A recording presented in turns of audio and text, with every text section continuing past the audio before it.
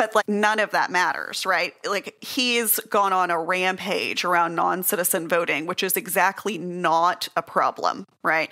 But Republicans have been talking about it in some form or fashion for a really long time. And they've sort of ignored reality the whole way through. I think Trump has decided that election integrity is a good rallying cry for him. And so I think regardless of, it did, right? And we say that it did, right? But he technically lost the election, right? And we had this horrible thing happen afterward. Hey, welcome back, Faithful Politics listeners and watchers. If you're watching us on our YouTube channel, I am your political host, Will Wright, and I'm joined by your faithful host, Pastor Blurry Josh Burtram. Hi. Thanks, Will. And we have with us returning probably one of our favorite election expert guests. I think you're one of our favorite because we've had other election guests on, but you're by far our favorite. That's so nice. Yes. It's Jessica Huseman, who is the editorial director for VoteBeat and was previously the lead elections reporter for ProPublica. She's an award-winning educator and has taught at Columbia Journalism School in New York. And she also offers a whole bunch of FOIA classes, which I've yet to take. I see you. Oh, you should. They're fun. They're fun. I've got one. I had one last Saturday. It was hilarious. I loved it. There was it always blows my mind, the people who show up to these public records classes, because it'll be half journalists, a couple of academic researchers, and then a guy who's really pissed off at his local fire department. And it's the best. They are always the most engaged one. I had a air traffic controller that was convinced his local air traffic thing was completely corrupt. I don't know if these people ever proved these things, but I'm glad to help them. That's awesome. That's pretty. Come to think it, I have a few corruptions I'd like to figure out around here. So I'm happy to help you get to the bottom of those. Yes. Yeah. Now, is it like Jason Leopold level, investigating FOIA stuff? No, it's like FOIA for the everyday FOIA. Got it. Person, right? So it's you need a thing from the government. Here's how you get it. It's the FOIA for the rest of us, if you will. I gotcha. FOIA for dummies. You should absolutely write that book. Listen, if any publishers are listening, I'm available. That's I guess to start off, probably the most important question anybody watching or listening to this is wondering is how's Walter? Oh, my goodness. My little dog, Walter. He is fabulous. He is taking a nap right next to me, actually. That's where he usually is. He has a variety of beds around the house, which he rotates throughout the day. And it is his, I'm going to be right under mom's feet time. So that's where he is. Funny. Nice. Well, so we wanted to have you on because there's a lot going on with regards to elections, voting, it kind of seems like, we see each other every 4 years kind of thing. The primary sort of, I think, focus epicenter of what we're going to be talking about is one, the Biden election changing candidates sort of thing. And then sort of later in the episode, we'll talk a little bit about our voting systems, election systems, stuff like that. So I think maybe the high level kind of question to start off with is what the heck is going on with Biden, and can he even not be president and choose somebody else, if that makes sense? Yes. I don't know that I can be particularly helpful in answering the first question because I have no idea. I am as baffled as everyone else. But I can answer the second question, which is, he can do it, right? And in reality, this is not a political answer to the question. This is a logistical answer to the question. As long as they sort this out by the time the convention is over, which is not for another month, right? It starts 1 month from today, the day that we are filming this, which is Friday the 19th. And so, it will be over a month from like around now. And like in a month, we will have an answer to this question. As long as Biden makes the choice he's going to make before the end of the convention, there's nothing stopping him from changing. There are campaign finance limitations to him sort of like taking the pot of money he has raised and giving it to another candidate. There are fewer of those if Kamala Harris is the choice. But logistically, it is possible for the next 4 weeks. Now, does Kamala have to be at the top of the ticket, or she just has to be on the ticket?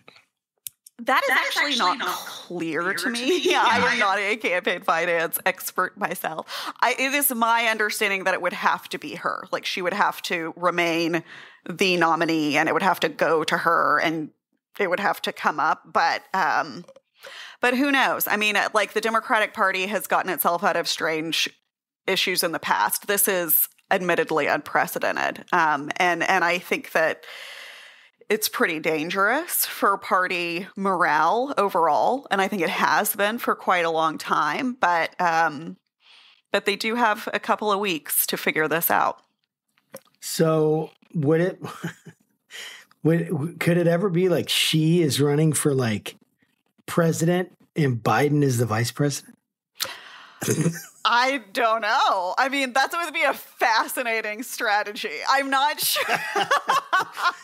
Democrats, if you're listening, I have a good idea for you. You can keep the signs and everything, right? You just turn them upside down. Seriously. You don't have to do all the reprinting. Mm-hmm, mm-hmm.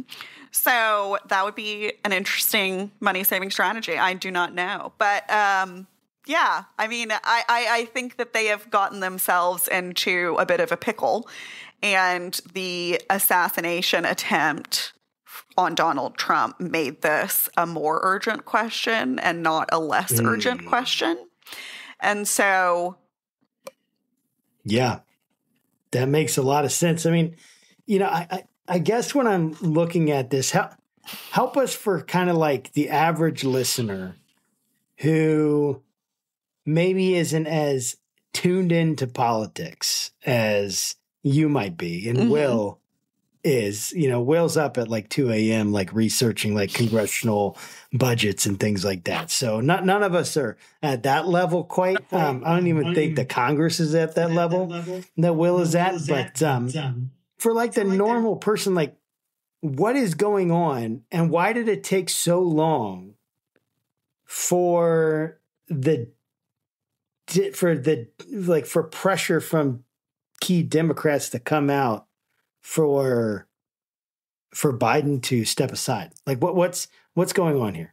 I think that there are a lot of dynamics at play. I think that Biden came into the election of 2020 pretty late and sort of surprised everybody by how quickly he was able to unite the Democrats. And I think that there became this false sense that he did that because he uniquely could, right? Like you hear that same sort of mythologizing around Trump, like it has in fact come out of Trump's own mouth, right? Like I am the only one who can do these things, right?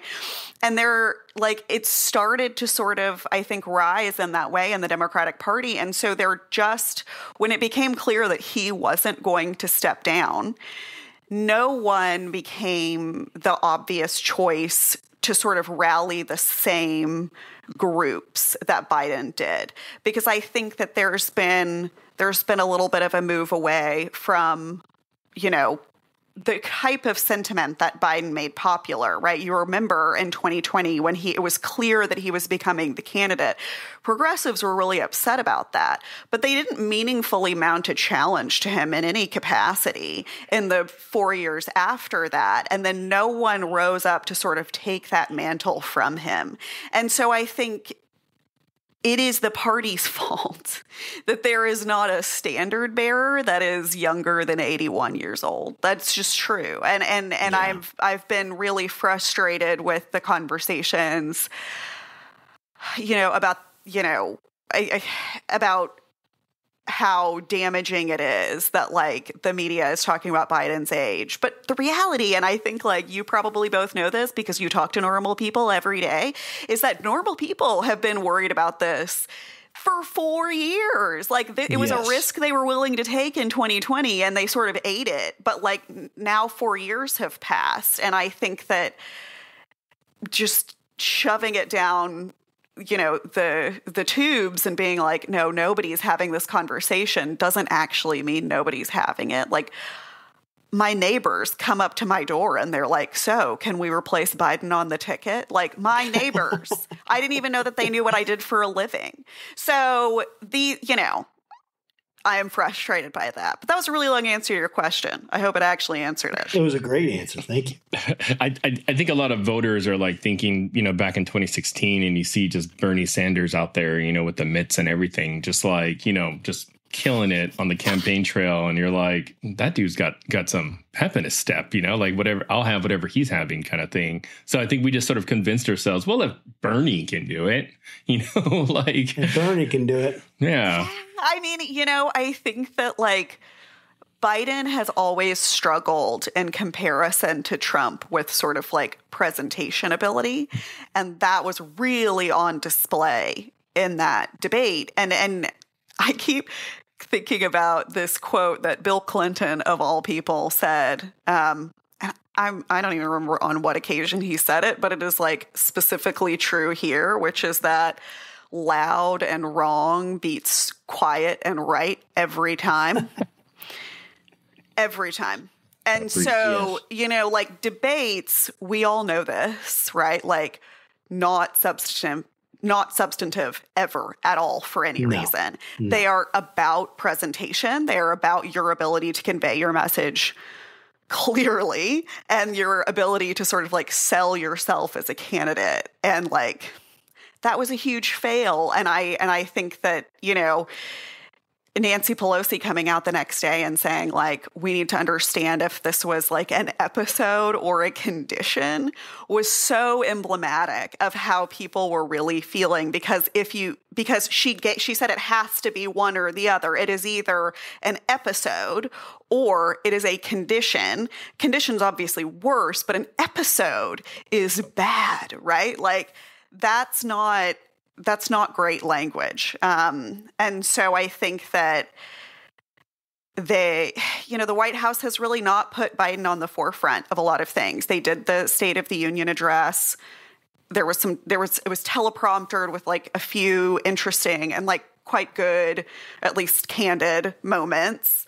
But in terms of like putting him out in front of the media to answer questions of his own accord or putting him out in front of the public in sort of an unscripted environment, that was the first time we'd seen him do that in a long time. And I think that the difference between, let's say, the State of the Union and his performance in that debate was really palpable.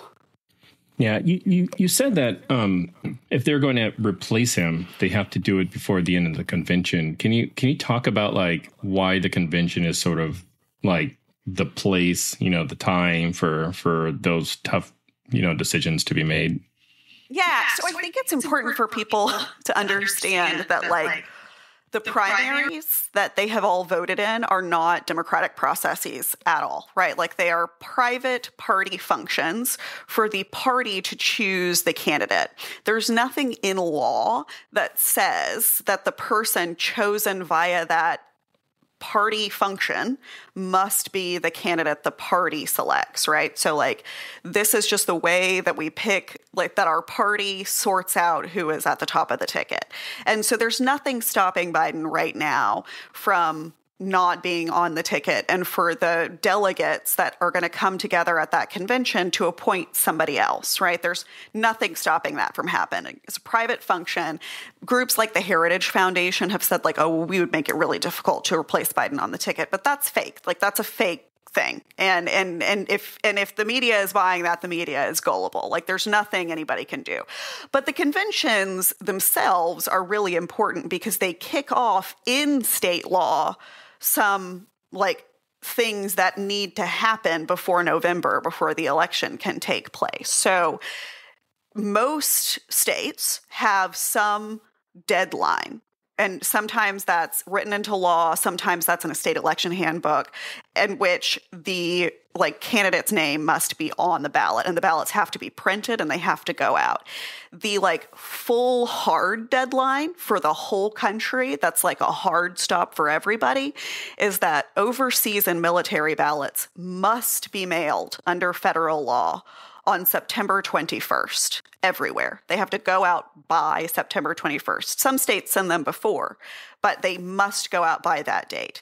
And so in order for that to happen, and to make sure that the ballots are proofread, and to make sure that the printers have the capacity to print all of those ballots, they can't hit print on September 20th. They need a couple of weeks for that. And so we're really looking at a hard deadline in not only state law, but practically and logistically at the end of August to clear up who the candidate is.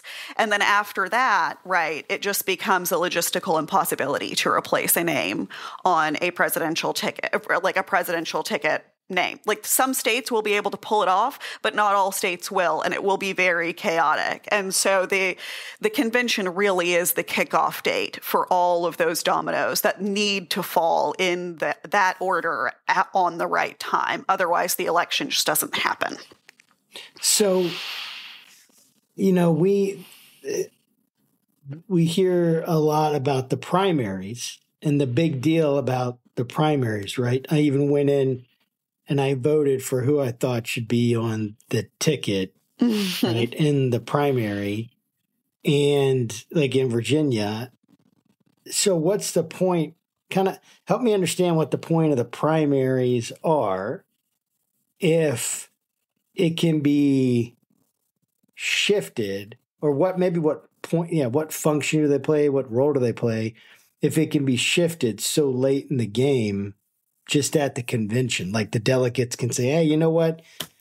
Can they do this anytime? Obviously if someone dies, but that's a very extreme circumstance. And you might say, This is an extreme circumstance if he's not mentally capable. But no one has actually said that, or have they? Nobody.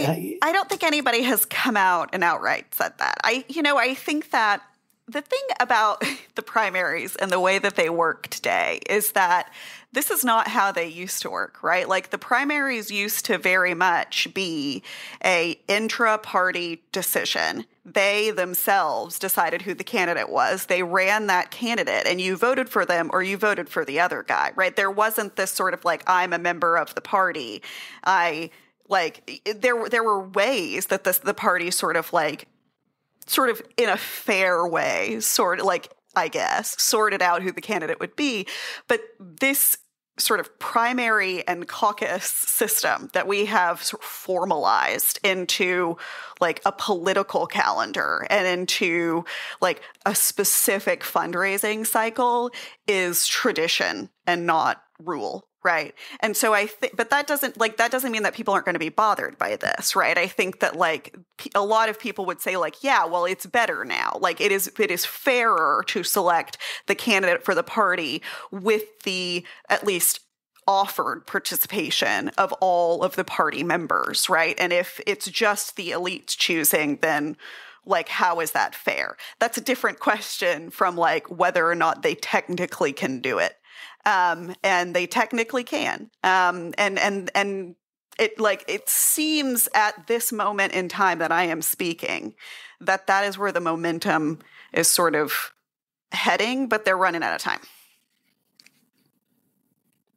Now, there's some reporting that says, I guess the DNC is moving up the virtual, I don't know if it was a roll call or if it was a vote or something. They're moving that up. How number one, people are voting virtually, for the nominee. Maybe you can kind of talk about that, and then what advantage does moving it up, have, especially for President Biden. Yeah, this is sort of a weird conversation, and I'm not sure where they're going to land on this. But the reason they were going to do this virtual roll call is because, as I mentioned, right, the conventions are what kick off sort of things happen in state law at this time. Ohio had in its state law that they needed the names, the official candidate names, before the Democratic convention was scheduled. And so the initial solution for this, before the Ohio legislature got it together and passed a law extending that date, was that they would, in addition to the convention, which is basically just like a show anyway, they would have a formal roll call vote making Biden the formal candidate prior to the convention ever happening. And so that is no longer as necessary because Ohio moved the date back in law. So they have until the end of their convention now to nominate someone else. And so the virtual roll call is not hugely necessary. I mean, I think now it's being seen in a bit of a different light. Like, is this the opportunity to reinforce our support for Biden and say that publicly? Maybe. Is this our opportunity to vote for somebody else and establish that before the convention so that the convention isn't like cuckoo banana pants? Maybe that too. I don't know. But that's sort of the origin of it. And I think now it's just taken on a bit of a different hue, if you will. Yeah. So, we just had the RNC convention and Trump right now has chosen J.D. Vance. Was the scheduling of this convention, do you think, has it always been that the Republican one is first and then the Democrat, or have they scheduled this to maybe look like they got their act together more than the Democrats based on the party kind of like based on the current atmosphere? If they were playing that game, they were playing a heck of a long game, because I think this is, I don't know. It's like these dates have been announced for quite some time because they have to pick the locations like well in advance, both for security reasons and because like they tend to be in cities that are not typically hosting events of this nature. And so they have to pick them pretty far in advance. And so maybe there was some strategy, like we'll have it first, we'll have it last, but I don't really know. This would be a good segue to our next topic, but also with all the uncertainty going on with, whose name is going to be on the ballot in November, like what effect does this have on like election workers? Or does it have an effect at this point? Maybe that's something that'll happen, down the road. You know what? That's a really interesting question. So we actually did some reporting on this week. And what's interesting about election officials is that I think that they, more than any other like facet of the government, were already feeling this sort of like rise in political anger. I'm not going to call it political violence, but I will call it anger, right? And like sort of a pressure to sort of change their policies and procedures around security. And so when all of this happened, they were just sort of like, yeah, welcome to the party, right? Like, we've been prepared for this forever, right? So this coming week, or clip that out, I guess. This week is the National Association of Secretaries. No, I'm sorry. There are two, and that one just happened. It's the National Association of State Elections Directors Conference in Minneapolis, Minnesota. Sounds like a real rager. Listen, I'm going to tell you what, it's pretty fun. And this will be my 13th NASED, which is nice. That's how much fun I am at parties. And so I am hanging out with like VoteBeat themed stress balls and stuff for the stressed out election administrator, which I'm pretty excited about. But the point is, nice. This conference has been bananas ramped up on security for years, right? Like I came in 2022, which was a midterm, and it was in Wisconsin. This year it's in Minnesota. It was in Wisconsin in 2022. Wisconsin was and still is a crazy place to be an election administrator. And they were doing like daily bomb sweeps of the hotel. right? Like they Oh had, my goodness. they had private security doing laps around all of the rooms constantly. Like someone was always moving. It was an entire regime that they set up, like in coordination with DHS and the FBI. And so like these groups, because this is where most of the anger has been sort of concentrated for so long, are so prepared for this moment in a way that is sad, but is like, I think ultimately good for democracy, right? Like, Yeah. these people are not going to, like, what happened is not going to significantly impact their sort of like willingness or ability to do their job going forward, as far as I can tell. That makes sense.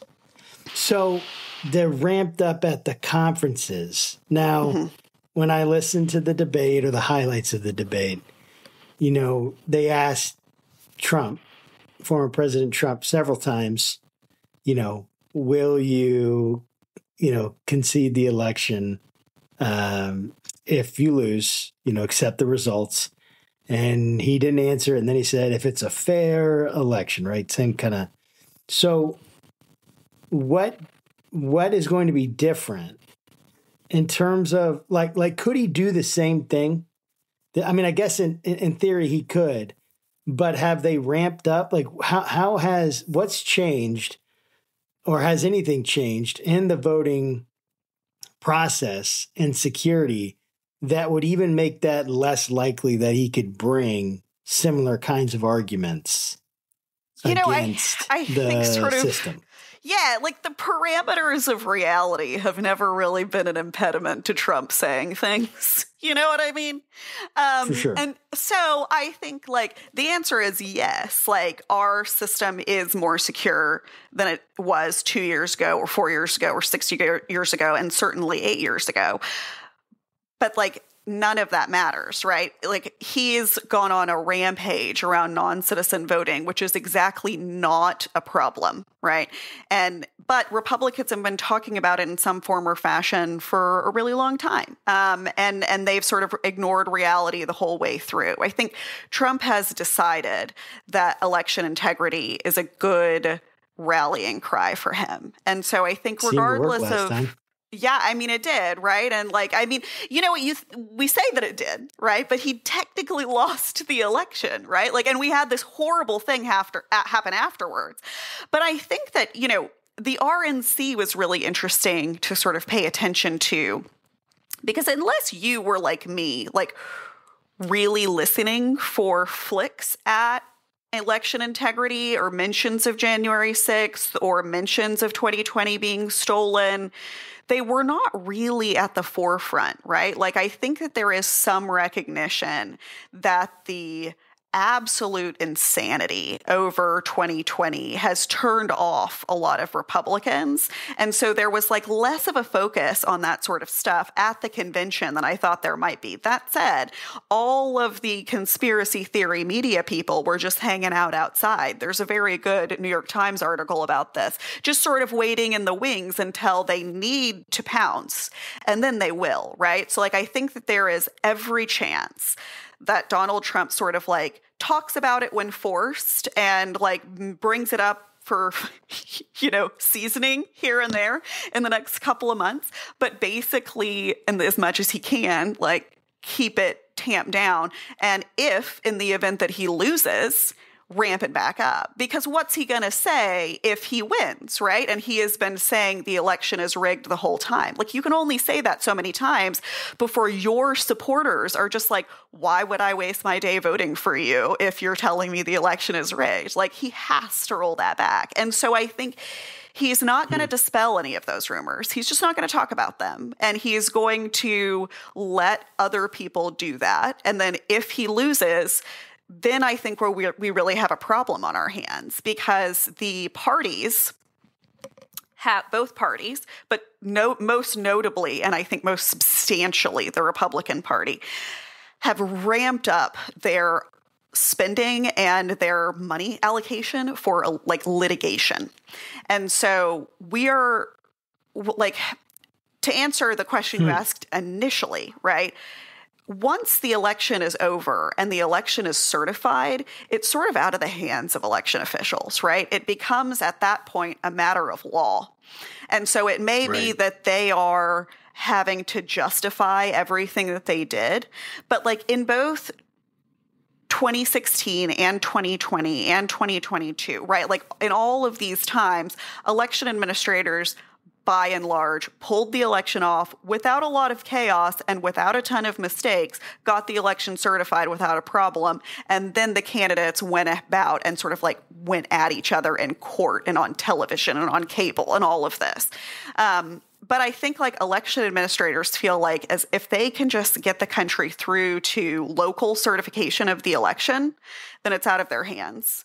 And whatever happens after that is like a matter for the courts, a matter of law, and a matter for like the future of American democracy, but not really one that they can do anything about. I think the one big change I have seen election administrators make in the last 4 years to account for that and like account for like concerns and doubts is that they're investing way more time and energy into communications strategy and to voter education than they used to. I think that they used to take sort of for granted the fact that like voting is complicated and it's not something people do with like any regularity. And maybe they do need a little bit more sort of guidance on the way that the back end of the system works in order for them to trust it. Like that's something like we never used to hear about like how audits worked or how certification worked or what the mechanics of like this voting machine or that voting machine were. But now we do.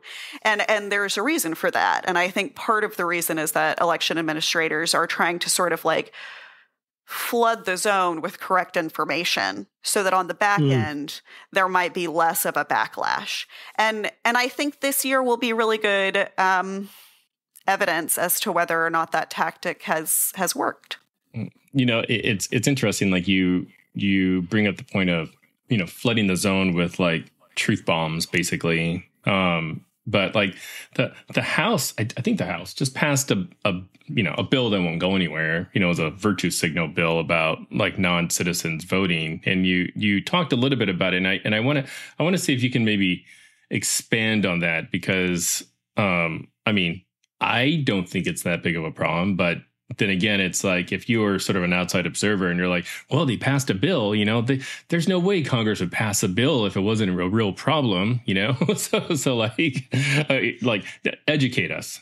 Congress passes stupid laws all the time. So let's just get that on the board first. But, you know, I think this has actually been a talking point of the Republican Party way before Trump was ever even like publicly considering a run for president. When Greg Abbott, who is the current governor of Texas, was running for attorney general in 2008, he ran a televised ad in which like vague brown people were scrambling over a wall and then voting, right? Like this has been part of the Republican like nighttime scare your kids like roster forever. And so I think Trump is seeing this as something that unites two sort of disparate parts of his base, which is like election integrity and immigration.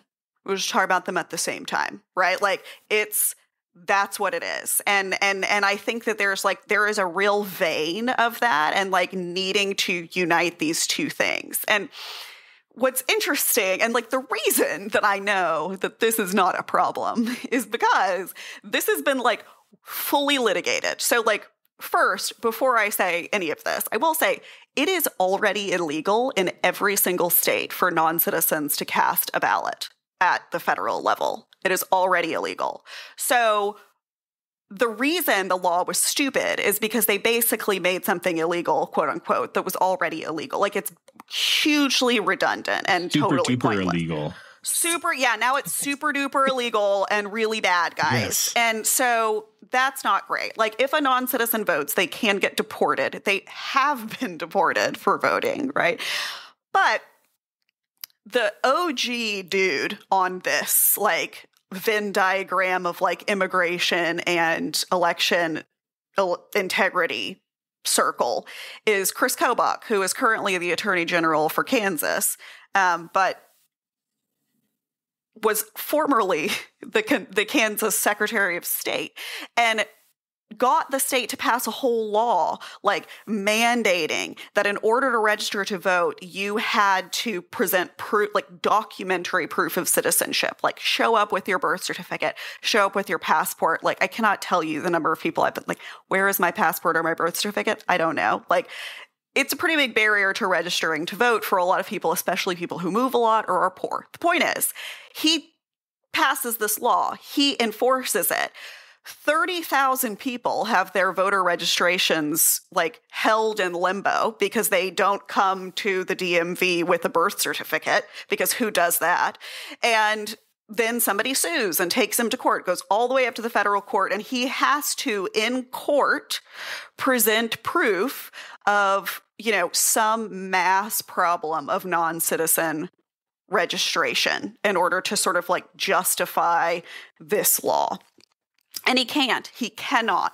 He finds a clerk who I've since spoken to and was like, I don't know why I did that, right? Like, finds a clerk to like document every tiny instance of any non-citizen accidentally or otherwise registering to vote in one county, in Sedgwick County. He finds 30, 25 of whom had done so accidentally, and it was the fault of the DMV, and only one who'd ever even attempted to cast a ballot and it didn't go through, right?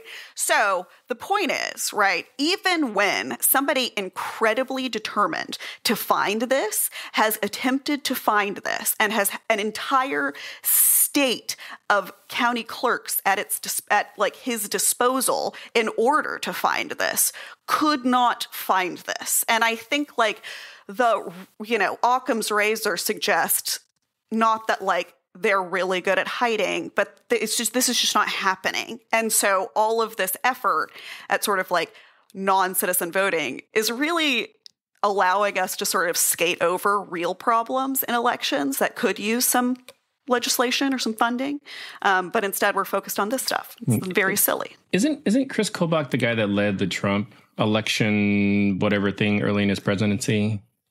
Yes, he is. And he was on the short list the first time Trump got elected for a cabinet position. I imagine we would hear tale of that, like talk of that in a Trump 2.0. And so, you should expect to hear his name again.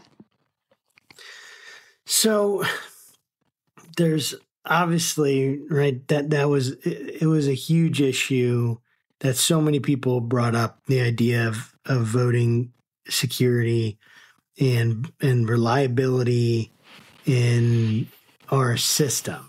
Mm-hmm. And I'm hearing from you that our system is better than it has maybe ever has been in terms of accurately accounting for the voting of the populace. Would you say that's correct? I think that's correct. I think that's absolutely correct.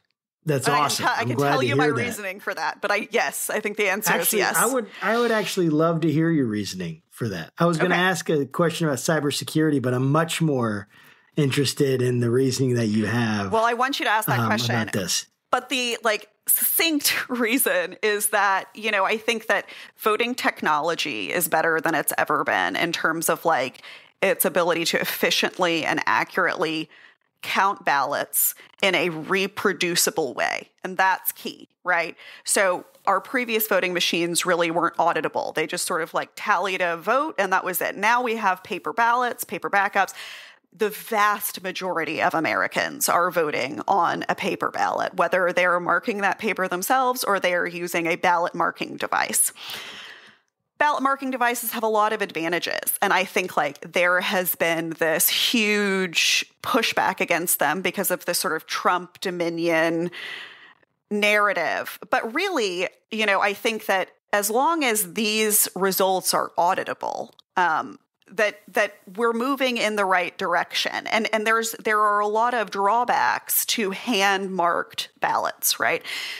I have seen people do strange things to ballots. Like, you should talk to any state that does all mail ballots and sends ballots into people's homes and the things that you get back. Like, people are like, oh, well, how will we know if we're counting what the voter intended if they're voting on a machine?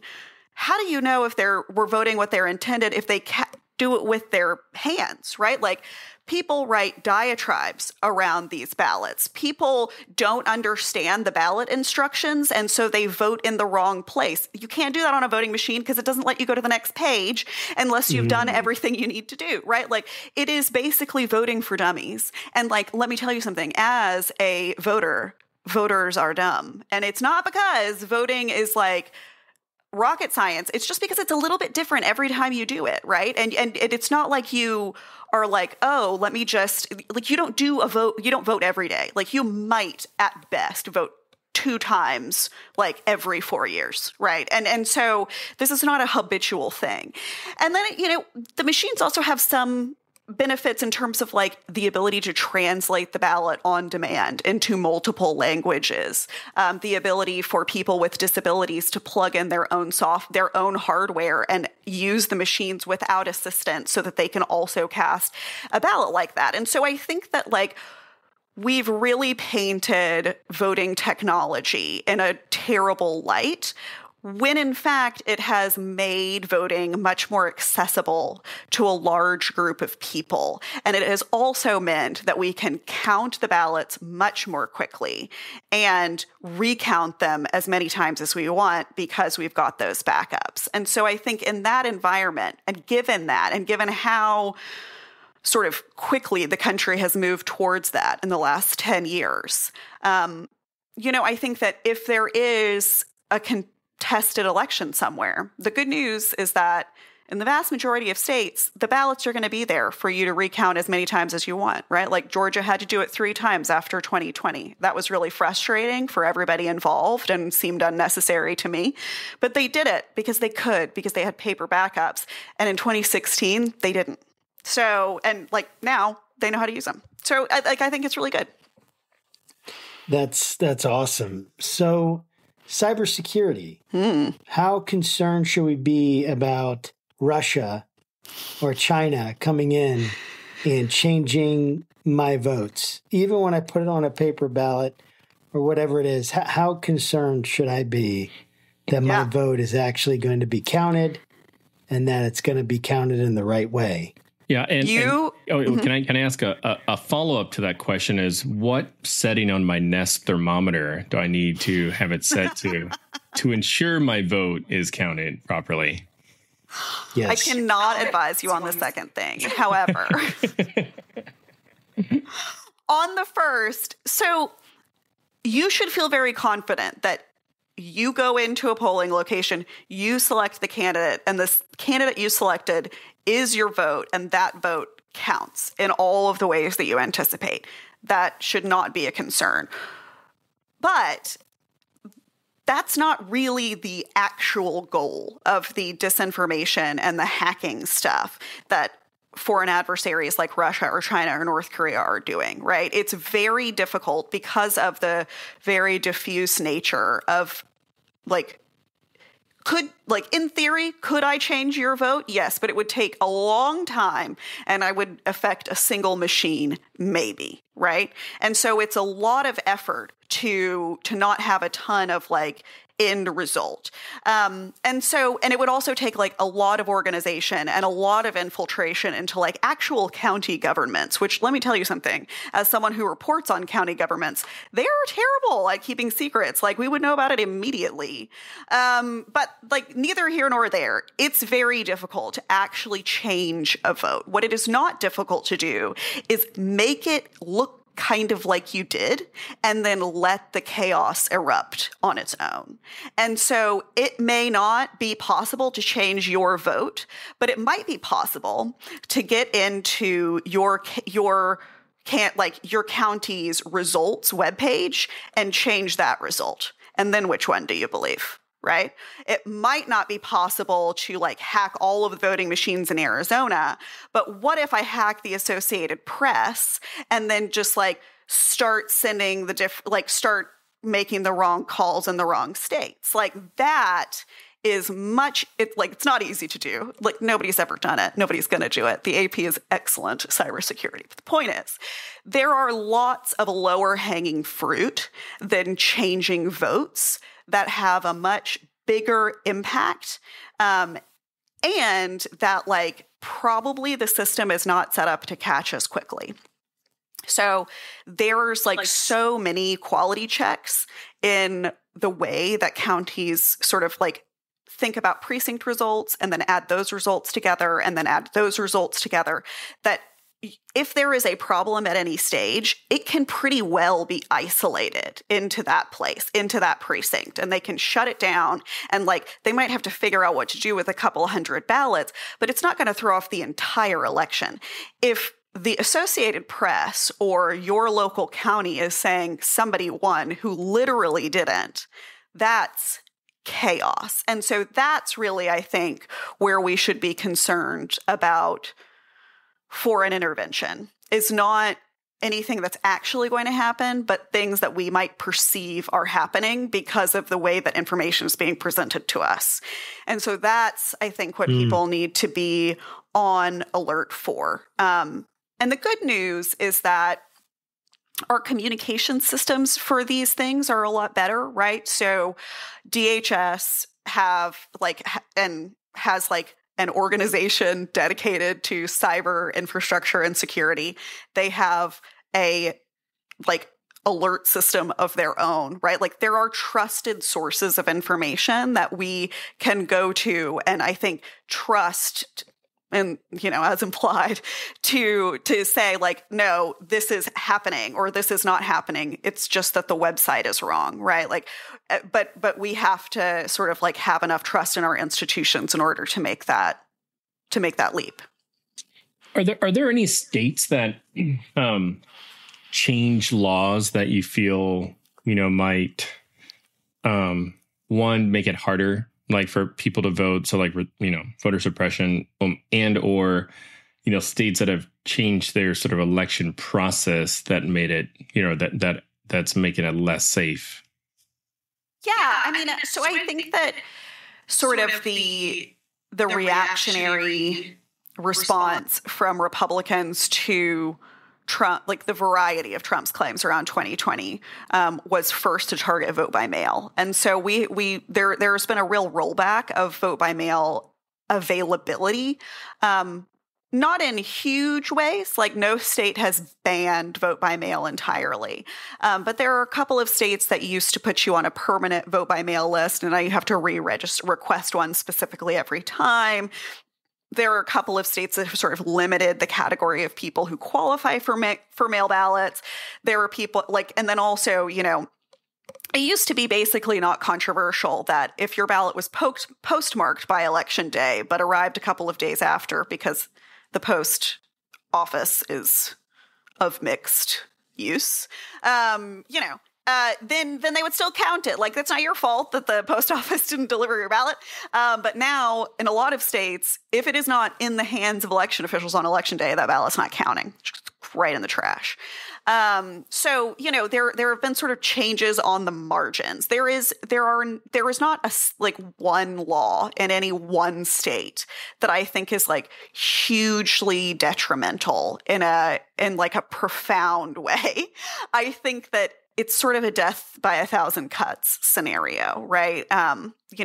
Texas, which is where I am, for example, not any one thing that they did made a radical change, but it's just like little tiny things around the margin of everything that has made voting in a state where it's already frustrating to vote just a little bit harder. And so election officials are really feeling it in the sort of like number of logistics that they now have to do. So another overcorrection from 2020 was, all right, we're going to make our election officials record everything. We're going to make them prove everything. We're going to make them write down everything and release a report after everything. They're going to testify all the time. We're going to let observers get way closer to them, and that will increase confidence in elections. What that actually did was just let all of these people who are really intense ruin their jobs. And these people are being paid like $18 an hour, right? And so like they are not being paid enough for that.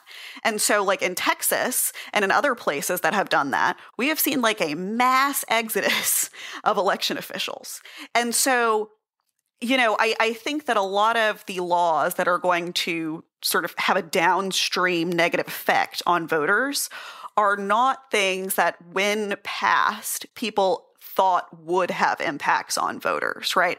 Because we've set up so many barriers to registration and to people acting as volunteer registrars, because we've made it so much easier for election officials to get harassed and they're leaving their jobs. There are openings in all of these places. There's just an incredible number of people who are running for office on the November ballot to run elections in this country uncontested, because they could only find one person that was even willing to put their name on the ballot, right? Like, we are facing massive brain drain as a result of sort of all of these laws. And I think that it may not be super obvious in 2024 because a lot of these people are sort of hanging on and have like announced their their retirement effective after that. But after 2024, we're going to like the whole knowledge base is basically turning over. Man, that is unbelievable. Yeah. Like just thinking about that and the amount of unintended consequences that all this has produced. Yeah. And you know, and I think that if people stop to sort of think about the long-term impacts of the changes, you know, like let's take Kerr County, Texas as an example. It's in Hill Country in Central Texas. They are currently on their third elections director in the last year and a half, because the activists in that county, despite no evidence of problems whatsoever, have made that like each person in succession's life so difficult, right? And that's happening around the country.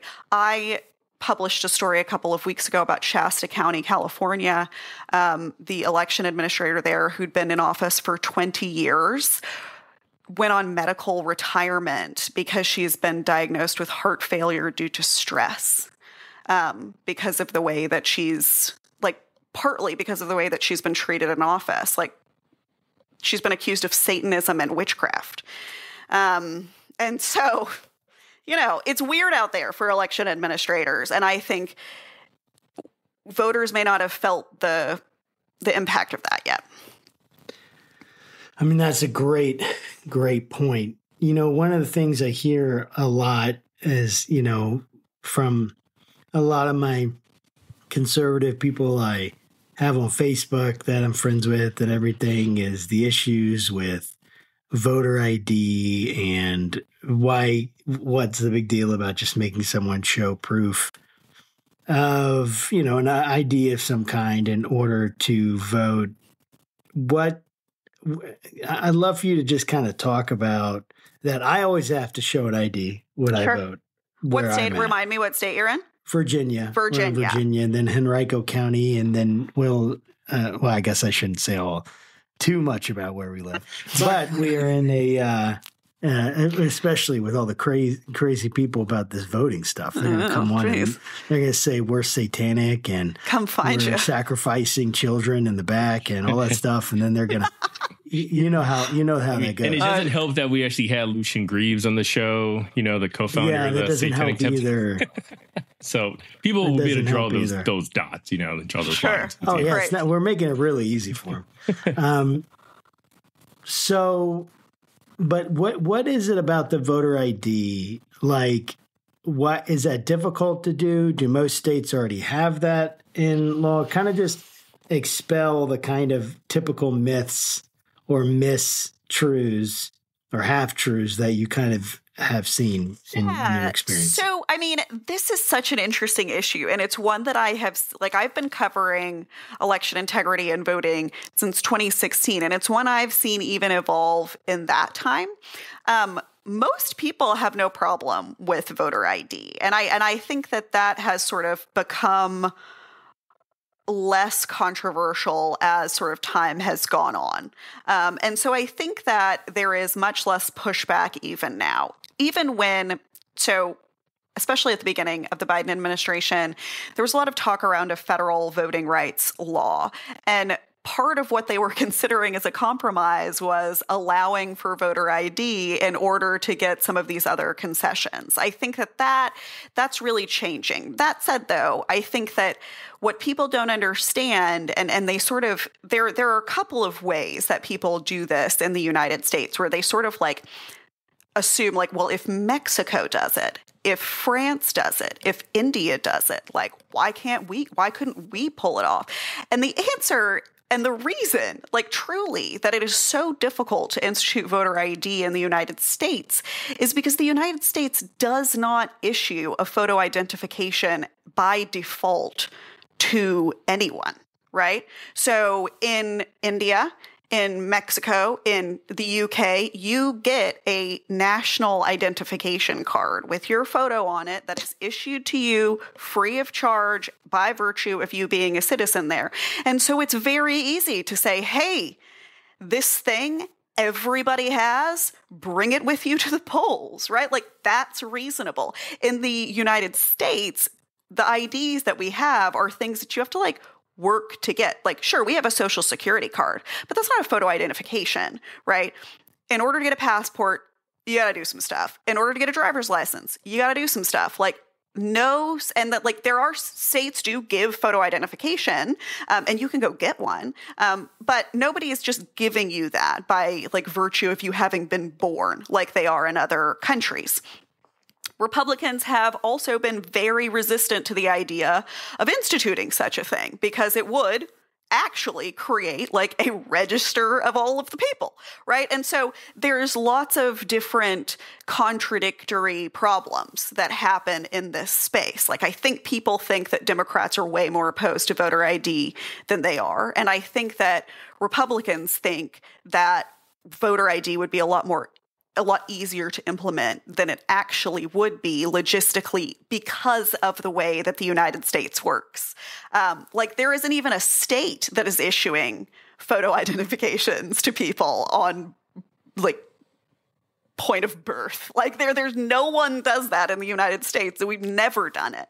And we don't have national programs like other countries that would, encourage people to get a national ID, right? Like we don't have a national health program that would require you to go sign up for benefits in the Canadian health office and like get your picture taken and there's your government ID. Like that infrastructure just doesn't exist here. And so while it is true that not as many people as you might assume are opposed to voter ID, it is also true that voter ID is practically pretty difficult to implement like consistently across the country, which means that we have wound up with this like weird patchwork of identification requirements. Some states don't require identification at all. They are in the minority.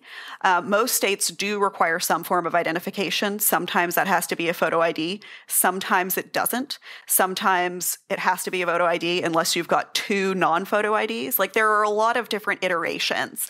And there are a lot of states where if you get to the voting location, you don't have an ID, you can attest that you do not have one and that you are the person you say that you are, and you can vote anyway. So there's lots of different machinations of voter ID laws. And the reason that that's true is because the legislators who write the laws do what they can do with the technology at the time. So that's part of the limitation, and that's part of the reason that they're all different across the states, and then also sort of like the political reality of those states. Like some people are going to be totally fine with having a strict photo identification law. Some states aren't. But most states do at this point have some identification requirements. This is This is really, really informative, Jessica. And I want to give you a second to just talk a little bit more about VoteBeat and what you all are doing. But before you do that, I want to give sort of my own personal pitch that I think VoteBeat is just a phenomenal organization. It's out of all the different, I don't know, magazine subscriptions, whatever Substacks I subscribe to, yours is the one that I read pretty faithfully every Saturday. And especially when you write them, because you always are pretty, seem like you're pretty adamant about including the word y'all. I am. I'm very consistent on the branding. It's true. Yes. Yeah. That's awesome. Yeah. So it's I just think it's a phenomenal organization. And what's funny is I remember when you all launched, I donated as part of the launch. Now it was $10. I'm not a rich man, so I'm giving what I can. And then I get this email for sort of the kickoff virtual party. I think it was during COVID. I can't remember exactly, but I remember, I forgot who was speaking, and they were giving a lot of thanks for the donations. And I felt kind of small because I'm I bet you some of these people gave a lot more than $10, but it was important because, we had already talked before. I think you jumped on the VoteBeat beat. So great work you guys are doing. But that's my plug for VoteBeat. What's your plug for VoteBeat? That's so nice. I'm so glad to hear all of that. I think my plug for VoteBeat is that we are doing locally rooted reporting on voting. I think that a lot of news organizations who have decided in the last few years that they need a democracy reporter, even though they have poorly defined what that means, right? Or they need a person who's covering elections and demographics and redistricting, right? Those places have sort of popped up, and they're usually national news organizations. But the problem is that all of the policies that those people are reporting on are not national policies. These are all things being worked out at the state and county level. And so in order for a national news organization to send their people to these places, they've got to parachute somebody who does not live in the state into this place. And that person sometimes, often, honestly, does a pretty good job spending the time and the effort that they need to do that. But that is a resource intensive thing. When I went to Shasta County, I went 2 times, and for several days each time, it took me 6 months to write the story, and I probably spent hundreds of hours on the phone with people in Shasta County. That is an incredible amount of time. Not every news organization is going to give that amount of time and care to a place that they're not in. Our reporters are in their states. They live there. They have lived there. They are, all but one of them are native to there, and she's been there forever. So I think she would probably get miffed if I was mentioning she wasn't a Michigan native. But the point is, right, we have reporters covering the states in those states. And not only are they covering those states, they're covering just voting and elections in those states. And so you can trust that those people know down to maybe the digit their election code and how all of the machines work and how and if something happens, they know how the state's going to respond or not respond to it. And so if disaster strikes in one of our 5 states, which are Texas, Arizona, Michigan, Pennsylvania, and Wisconsin, and they're all hot button states, then we're going to have really sort of informed, immediate responses that are not sort of gut reactions or a reporter who's never called the county clerk before trying to figure out how a voting machine printer works, right? Our people know what they're talking about. So I think that that's my biggest sell. And I also think that because we only have one person in every state, necessarily we are writing less and we are writing slower. We don't have the people to sort of reactionarily write immediate takes on this or that, or the effective voter turnout on this or that. Like, we've got one person in Arizona. Mm-hmm. We have one person in the entire state of Texas. Like, we've got to really pick our shots responsibly. And so I think that, like, the sort of like quality to like article ratio is good. If that makes sense. So that's sort of our pitch we always give. Like, all of these people have to go through so much training before we let them write one article. And like, this is all they write about all the time. So they just know it so well. And a lot of newsrooms are covering elections with like general assignment reporters or people who cover like the entire county government, right? So they're covering the school board and also the election department. It just doesn't work as well, I don't think. Yeah. So how can people connect with you, find out more about VoteBeat? I noticed you're back on Twitter, by the way. I'm lightly on Twitter. Not say that I am back. I'm withholding pictures of Walter on that platform. I gotcha. As protest. But I am back. So you can go to votebeat.org. There we have like a little tab at the top that says newsletters, and that's like the easiest way to keep in touch with us. We send out a national newsletter every Saturday morning, and then we send out local newsletters for all 5 of our states every other week. So if you sign up for one of the state newsletters in the national newsletter, you are not going to be getting a VoteBeat email every day. You're going to be getting one like once a week at like most. So we're not a huge commitment, and we'll just deliver all of our content right to you. Awesome. That's really cool. Well, thank you so much, Jessica. It was so good to see you again, catch up, and just learn from you as always. And hopefully it won't be another 4 years before I get a chance to talk again. Anytime, guys. Y'all just let me know. Okay. All right. And to our Faithful Politics audience, hey, thanks for stopping by. And remember, keep your conversations not right or left, but up. And we'll see you next time. Take care.